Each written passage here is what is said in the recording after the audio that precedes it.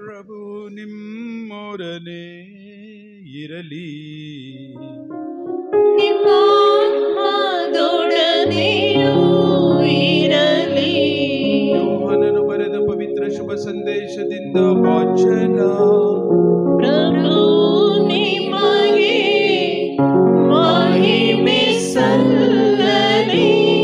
ಆ ಕಾಲದಲ್ಲಿ ಯೇಸು ನಿಕೋದೇಮನಿಗೆ ಎಂತೆಂದರು, ಸ್ವರ್ಗದಿಂದಲೇ ಇಳಿದು ಬಂದ ನರಪುತ್ರನೇ ಹೊರತು ಬೇರೆ ಯಾರೂ ಸ್ವರ್ಗಕ್ಕೆ ಏರಿ ಹೋದವರಿಲ್ಲ. ಮೋಶೆ ಮರುಭೂಮಿಯಲ್ಲಿ ಸರ್ಪವನ್ನು ಮೇಲಕ್ಕೆ ಏರಿಸಿದನು, ಅಂತೆಯೇ ನರಪುತ್ರನಲ್ಲಿ ವಿಶ್ವಾಸವಿಟ್ಟವರೆಲ್ಲರೂ ನಿತ್ಯ ಜೀವವನ್ನು ಪಡೆಯುವಂತೆ ನರಪುತ್ರನನ್ನೂ ಸಹ ಮೇಲಕ್ಕೆ ಏರಿಸಬೇಕು. ದೇವರು ಲೋಕವನ್ನು ಎಷ್ಟಾಗಿ ಪ್ರೀತಿಸಿದರೆಂದರೆ ತಮ್ಮ ಏಕೈಕ ಪುತ್ರನನ್ನೇ ಧಾರೆ ಎರೆದರು. ಆತನಲ್ಲಿ ವಿಶ್ವಾಸವಿಟ್ಟ ಯಾರೂ ನಾಶವಾಗದೆ ಎಲ್ಲರೂ ನಿತ್ಯ ಜೀವವನ್ನು ಪಡೆಯಬೇಕೆಂಬುದೇ ದೇವರ ಉದ್ದೇಶ. ದೇವರು ತಮ್ಮ ಪುತ್ರನನ್ನು ಈ ಲೋಕಕ್ಕೆ ಕಳಿಸಿದ್ದು ಲೋಕವನ್ನು ತೀರ್ಪಿಗೆ ಗುರಿ ಮಾಡಲೆಂದಲ್ಲ, ಪುತ್ರನ ಮುಖಾಂತರ ಲೋಕ ಉದ್ಧಾರವಾಗಲೆಂದು. ಪ್ರಭು ಕ್ರಿಸ್ತರ ಶುಭ ಸಂದೇಶವಿದು. ಕ್ರಿಸ್ತರೇ ನಿಮಗೆ ಸ್ತುತಿಯು ಸಲ್ಲಲಿ. Praise the Lord. Praise the Lord. Praise the Lord. Hallelujah. Hallelujah. Hallelujah. Hallelujah. ಇಂದು ಧರ್ಮಸಭೆ ಪವಿತ್ರ ಶಿಲುಬೆಯ ವಿಜಯ ಇದರ ಹಬ್ಬವನ್ನು ಮಾಡುತ್ತೆ. ಯಾವುದು ಪವಿತ್ರ ಶಿಲುಬೆ? ಶಿಲುಬೆ ಯಾವುದು? ಪವಿತ್ರ ಶಿಲುಬೆ ಯಾವುದು? ಯಾಕೆ ಶಿಲುಬೆಯನ್ನು ನಾವು ಪವಿತ್ರ ಶಿಲುಬೆ ಎಂದು ಕರಿತೀವಿ?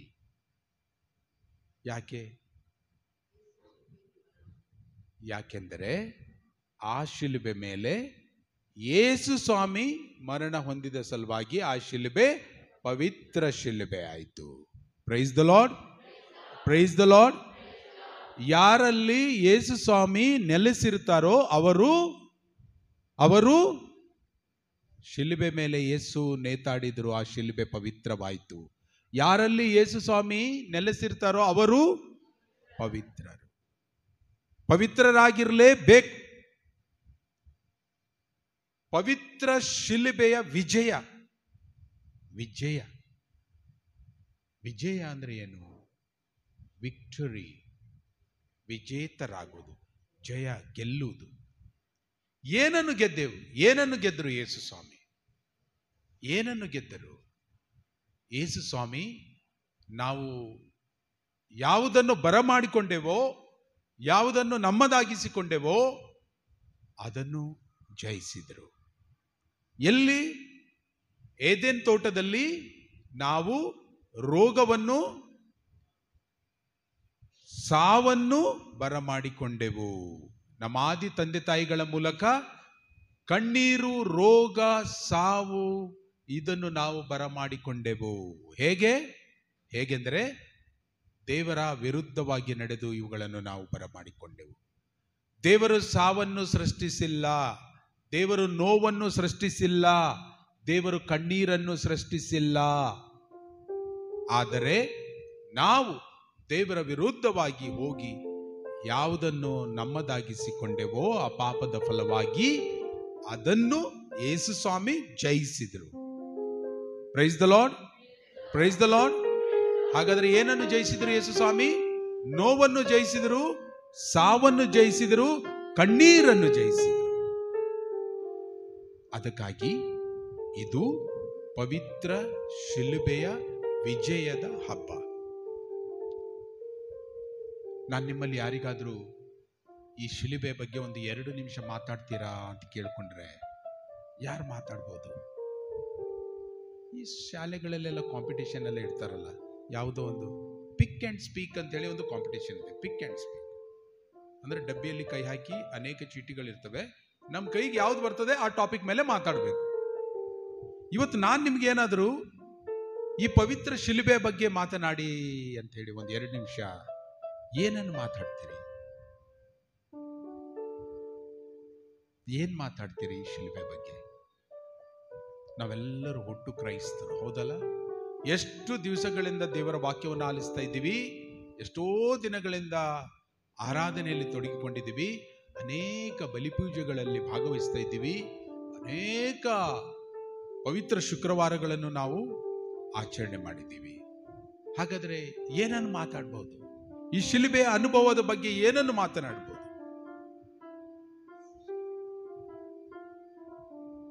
ಆಮೇಲೆ ಆಮೇಲೆ ಆಮೇಲೆ ನಾವು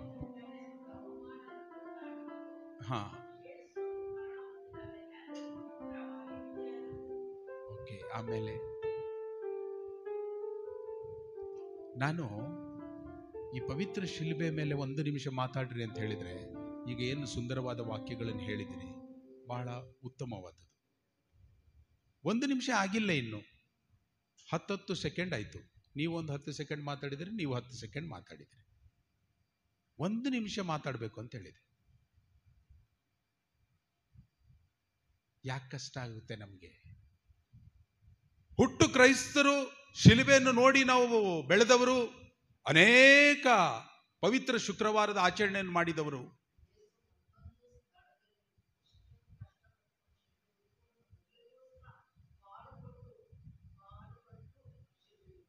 ಅದನ್ನೇ ನೀವು ರಿಪೀಟ್ ಮಾಡಬೇಕಷ್ಟೇ. ಅದೇ ವಾಕ್ಯಗಳನ್ನು ನೀವು ರಿಪೀಟ್ ಮಾಡ್ತಾನೆ ಹೋಗ್ಬೇಕಾಗುತ್ತೆ. 3ನೇ ವಾಕ್ಯ ಬರಲ್ಲ.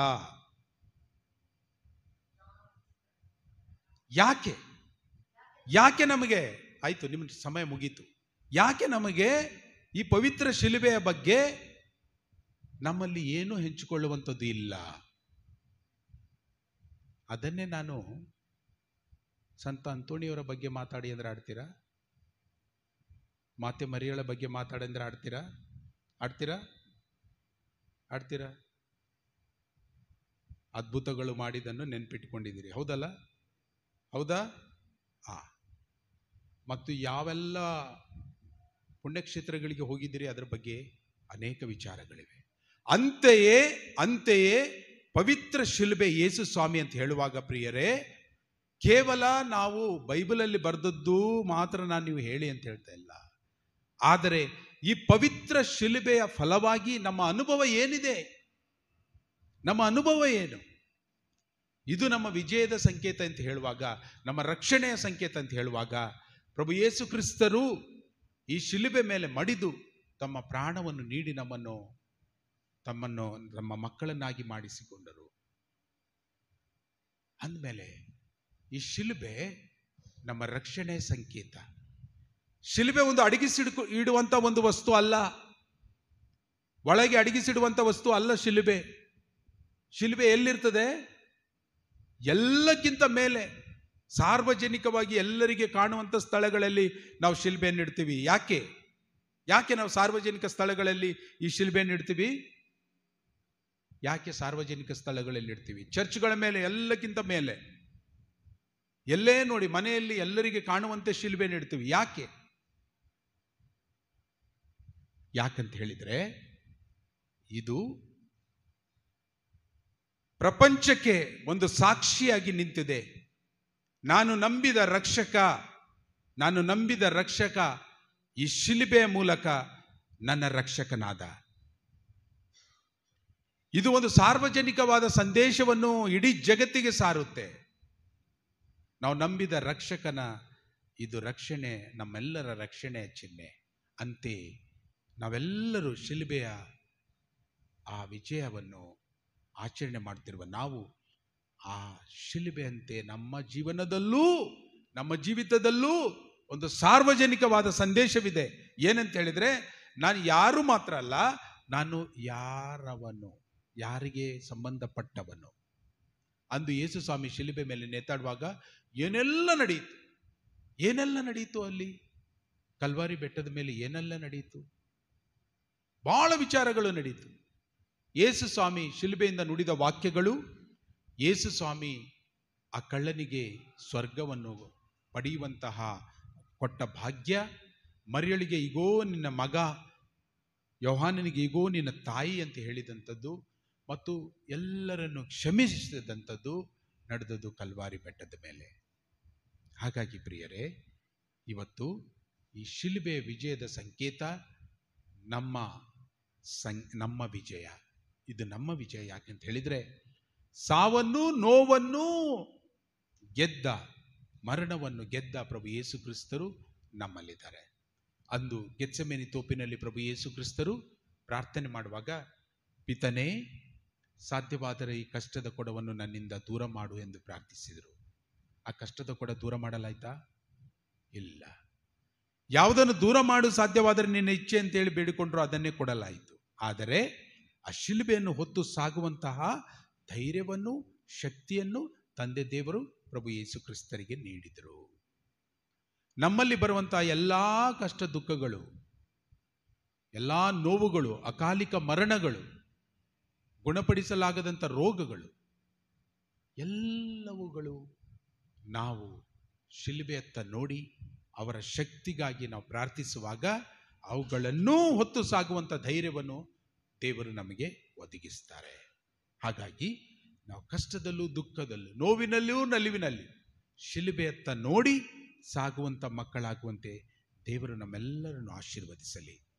ನಮ್ಮ ಎಲ್ಲ ಕಷ್ಟ ದುಃಖಗಳನ್ನು ಧೈರ್ಯದಿಂದ ಹೊತ್ತು ಮುಂದೆ ಸಾಗುವಂತೆ ದೇವರು ನಮ್ಮನ್ನು ಕರುಣಿಸಲಿ ಎಂದು ಭಕ್ತಿಯಿಂದ ಪ್ರಾರ್ಥಿಸೋಣ.